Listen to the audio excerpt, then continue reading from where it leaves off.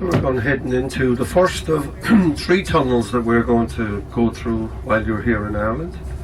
This is the longest one of them, the Dublin Port Tunnel, the most recently completed as well.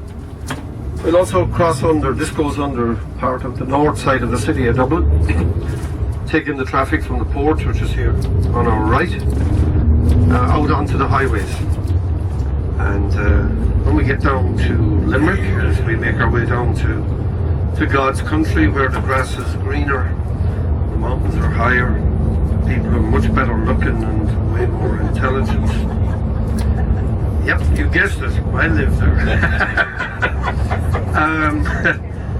We'll go under the River Shannon, and finally we'll cross, when we get down around Cork, we'll go under the river there that's in Cork, the River Lee.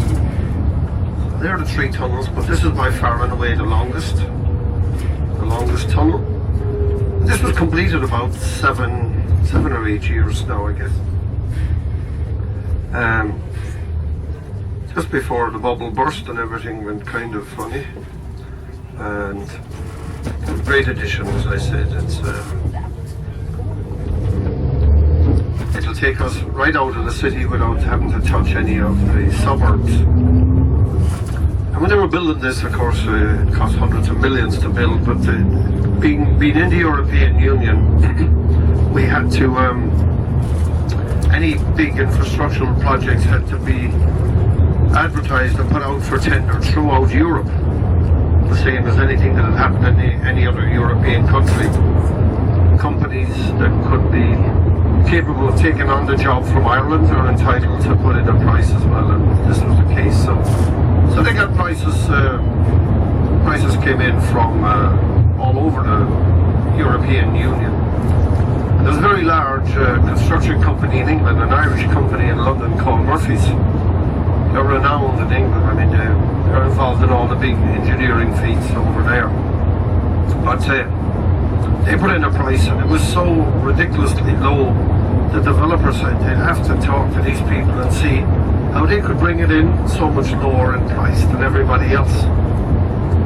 So they summoned the Murphys over to Dublin to meet with them in the offices here in the city, and they met up and said, tell us, how can you do it for so little when everybody else is costing so much? And Paddy Murphy is the man that set up the company, and shrewd guy. He's actually from the west of Ireland.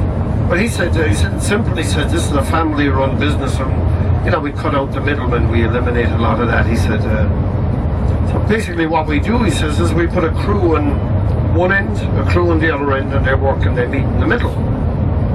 I said, right, that's fantastic, but tell us, what happens if they don't meet in the middle?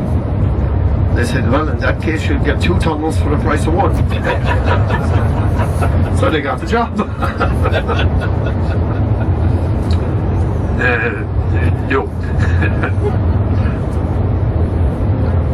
It just goes, what's over us here now is the suburb of Drumcondra. We drove down that way yesterday and heads out into Whitehall, the northern suburbs. And we come out just on the motorway as we on the M1 heading north to Belfast.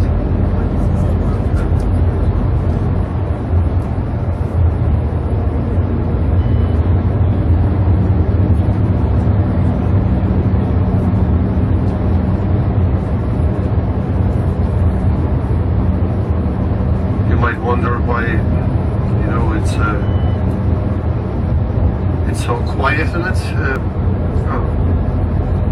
Trucks and coaches at the moment have free access to it. They want to get the trucks used to using this, and I'm sure they'll throw a levy on in time to come. But what's funding that at the moment is that motor cars and vans pay a pretty hefty premium to use it. No, not do, but I think for a car it's about €2.50 every time, which is $2.50, close to maybe $3 every time you use it.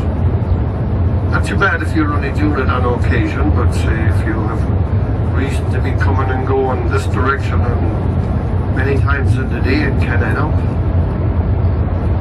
That saves all the trouble with, with the traffic coming out the suburbs. And you're straight out onto the highway here.